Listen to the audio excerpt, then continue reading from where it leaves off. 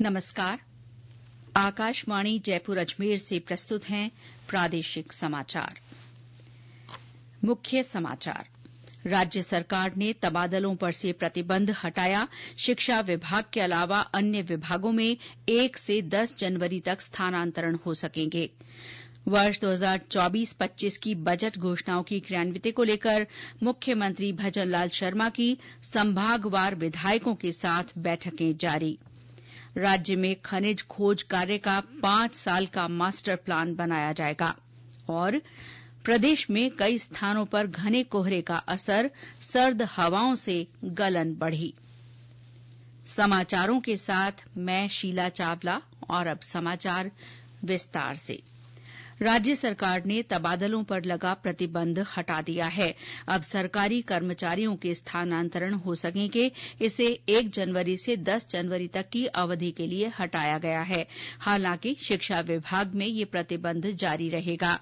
स्कूली शिक्षा, उच्च शिक्षा और तकनीकी शिक्षा से जुड़े कर्मियों के तबादले नहीं होंगे। प्रशासनिक सुधार और समन्वय विभाग ने इस बारे में आदेश जारी किए हैं। ये आदेश राज्य के सभी निगमों, मंडलों, बोर्ड और स्वायत्त शासी संस्थाओं पर लागू होंगे। वहीं मतदाता सूचियों के अपडेशन में लगे कर्मचारियों के तबादले भी 7 जनवरी तक नहीं हो सकेंगे। मुख्यमंत्री भजनलाल शर्मा वर्ष 2024-25 के लिए की गई बजट घोषणाओं के क्रियान्वयन को लेकर संभागवार विधायकों के साथ बैठकें कर रहे हैं। इसी कड़ी में आज मुख्यमंत्री ने अजमेर, बीकानेर और जयपुर के विधायकों के साथ संवाद किया। इस दौरान विधायकों ने अपने क्षेत्रों में पिछले 1 साल में करवाए गए विकास कार्य मुख्यमंत्री के सामने रखे। केंद्रीय वित्त मंत्री निर्मला सीतारमण ने आज नई दिल्ली में बजट पूर्व परामर्श बैठक की अध्यक्षता की। आगामी आम बजट 2025-26 के मद्देनजर ये 5वीं बैठक थी। बैठक में स्वास्थ्य और शिक्षा के क्षेत्र के विशेषज्ञों और प्रतिनिधियों ने भाग लिया। इसके साथ ही वित्त, निवेश और कई विभागों के सचिवों और केंद्र सरकार के मुख्य आर्थिक सलाहकार भी बैठक में शामिल हुए। वित्त वर्ष 2025-26 के लिए केंद्रीय बजट अगले साल 1 फरवरी को संसद में पेश किया जा सकता है। लोकसभा अध्यक्ष ओम बिरला अपने संसदीय क्षेत्र कोटा बूंदी के प्रवास पर हैं। आज उन्होंने बूंदी में राजस्थान पेंशनर समाज के वार्षिक अधिवेशन में शिरकत की। इस अवसर पर श्री बिरला ने प्रदेश के विकास में पेंशनर्स के योगदान की सराहना की। आप सब लोगों ने इस 75 वर्ष की यात्रा के अंदर सरकारी सेवाओं के माध्यम से अपना जीवन समर्पित। जब गांव में रोड नहीं हुआ करते थे, पीने का पानी नहीं हुआ करता था, बिजली नहीं हुआ करती थी, आवागमन के साधन नहीं होते थे, आपने किलोमीटर की यात्रा कर शिक्षा पहुंचाने का काम। चिकित्सा के अंदर हमारे पुरुष भाई बहनों ने दूर दराज इलाके के अंदर गांव में जाकर एक स्वस्थ समाज बने। कठिनाइयों चुनौतियों के बाद भी आपने एक स्वस्थ समाज के निर्माण की तैयारी की। हर संकट के चुनौतियों के समय आप जनता के बीच में खड़े रहे। जो सरकार योजनाएं बनाए उस योजनाओं को नीचे तक लागू करना, उस योजनाओं के माध्यम से समाज जीवन में परिवर्तन करना एक लंबा अनुभव रहा है। भारतीय अंतरिक्ष अनुसंधान संगठन इसरो आज PSLV C60 का प्रक्षेपण करेगा। ये यान रात 9:58 पर आंध्र प्रदेश के श्रीहरिकोटा से छोड़ा जाएगा। चेजर के नाम से जाना जाने वाला SDX-01 और टारगेट के नाम से जाना जाने वाला SDX-02 उपग्रहों को वृत्ताकार कक्षा में स्थापित किया जाएगा। इनका स्थानीय समय चक्र लगभग 66 दिन का होगा। टारगेट और चेजर दोनों उपग्रहों को 10 से 20 किलोमीटर की दूरी पर एक ही कक्षा में स्थापित किया जाएगा। ये समाचार आकाशवाणी जयपुर अजमेर से प्रसारित किए जा रहे हैं। प्रादेशिक समाचार बुलेटिन आप हमारे x handle @AIR News_Jaipur, YouTube channel Rajasthan AIR News और फेसबुक AIR News राजस्थान पर भी सुन सकते हैं। इसके साथ ही आप हमारी वेबसाइट newsonair.gov.in पर भी समाचार सुन सकते हैं और संबंधित फोटो और वीडियो देख सकते हैं। राज्य में खनिज खोज कार्य का 5 साल का मास्टर प्लान बनाया जाएगा।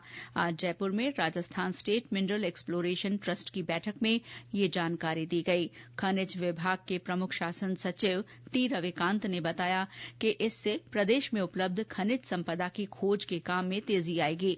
इसके साथ ही खनिजों की उपलब्धता का समय पर आकलन होने से खनिज ब्लॉकों की समय पर कारगर तरीके से नीलामी हो सकेगी। श्री रविकांत ने कहा कि खनिज खोज का मास्टर प्लान बनने से योजनाबद्ध तरीके से नीलामी, खनन और दोहन का काम हो सकेगा।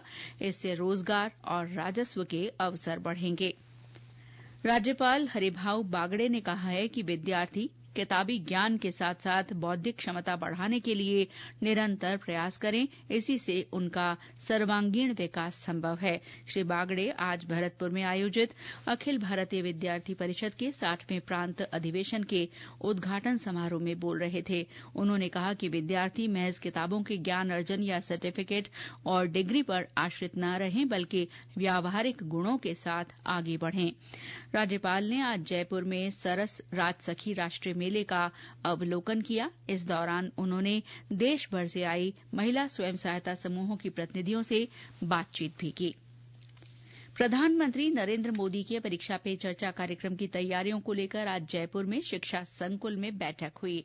शिक्षा विभाग के शासन सचिव कृष्ण कुणाल ने बताया कि सभी स्कूलों में कार्यक्रम का लाइव प्रसारण सुनिश्चित किया जाएगा। उन्होंने कहा कि विद्यार्थियों और अभिभावकों का कार्यक्रम के लिए पंजीकरण किया जा रहा है। रजिस्ट्रेशन के लिए 14 जनवरी तक ऑनलाइन आवेदन किया जा सकता है। और अब मौसम। प्रदेश में आज सवाईमाधोपुर, दौसा और झालावाड़ सहित कई स्थानों पर घना कोहरा छाया रहा। वहीं सर्द हवाओं ने गलन वाली ठंड का असर बढ़ा दिया है। हालांकि मावठ के बाद कुछ स्थानों पर आज धूप निकलने से लोगों को सर्दी से थोड़ी राहत मिली। आज माउंट आबू में न्यूनतम तापमान 1 डिग्री सेल्सियस दर्ज किया गया। वहीं सिरोही में 5.2 डिग्री सेल्सियस न्यूनतम तापमान रहा। जैसलमेर, उदयपुर, चित्तौड़गढ़, सीकर, अजमेर और भीलवाड़ा में भी कड़ाके की सर्दी जारी है। भरतपुर में भी तेज ठंड और कोहरे से जनजीवन प्रभावित है। सर्दी के बढ़ते प्रकोप से मौसमी बीमारियों की आशंका बढ़ गई है। श्रीगंगानगर में चिकित्सा विभाग की ओर से बीमारियों से बचाव के लिए आम जन को सतर्क रहने की अपील की गई है। मुख्य चिकित्सा और स्वास्थ्य अधिकारी डॉ अजय सिंगला ने बताया कि बच्चों, बुजुर्गों और गर्भवती महिलाओं को विशेष सावधानी रखने की जरूरत है। वहीं भरतपुर में पाला पड़ने की संभावना को देखते हुए कृषि विभाग ने एडवाइजरी जारी की है। किसानों को फसलों की हल्की सिंचाई करने और मेड़ों पर धुआं करने की सलाह दी गई है। इसी तरह पशुपालन विभाग ने भी शीतलहर के मद्देनजर पशुओं को खुले में नहीं बांधने और चारे पानी का उचित प्रबंध करने का परामर्श दिया है। साल 2024 को अलविदा कहने और नए साल की अगवानी के लिए प्रदेश भर में तैयारियां की जा रही हैं। बड़ी संख्या में देशी विदेशी सैलानी भी नए साल का जश्न मनाने के लिए राज्य के पर्यटन स्थलों पर पहुंच रहे हैं। माउंट आबू, रणथंभौर, जैसलमेर, भरतपुर, उदयपुर, जोधपुर और राजधानी जयपुर सैलानियों से गुलजार हैं। मशहूर सांभर झील पर प्रवासी पक्षियों को निहार कर लोग सर्दी की छुट्टियों का आनंद ले रहे हैं। उधर जयसमंद झील और महाराणा प्रताप की निर्वाण स्थली चावंड में भी लोगों की अच्छी भीड़ नजर आ रही है। सैलानियों की रिकॉर्ड आवक को देखते हुए प्रशासन सजग और मुस्तैद है। पुरातत्व और संग्रहालय विभाग के निदेशक डॉक्टर पंकज धरेन्द्र ने बताया कि पर्यटकों की सुविधा के लिए तकनीक का सहारा लेकर कई नवाचार किए गए हैं। मॉन्यूमेंट्स के ऊपर व्यवस्थाएं चाक चौबंद है। पूर्ण रूप से जो है वो सारे मॉन्यूमेंट साफ सुथरे हैं। स्पेशली टॉयलेट्स का ध्यान रखा जा रहा है। हमारे होमगार्ड्स जगह जगह हर गैलरी में, मॉन्यूमेंट पे, हर स्थान पे तैनात हैं। हमने एक तो QR कोड लगा रखे हैं। अगर आप मान लीजिए आमेर जाते हैं तो एक मेन QR कोड है जो आपको आमेर के बारे में सतह जानकारी देता है। इसके साथ में वो ये भी बता देता है कि यहाँ से नाहरगढ़, जयगढ़ या दूसरे मॉन्यूमेंट्स कितनी दूरी पर हैं। जब आप अंदर जाते हैं तो अंदर भी QR कोड लगे हुए हैं।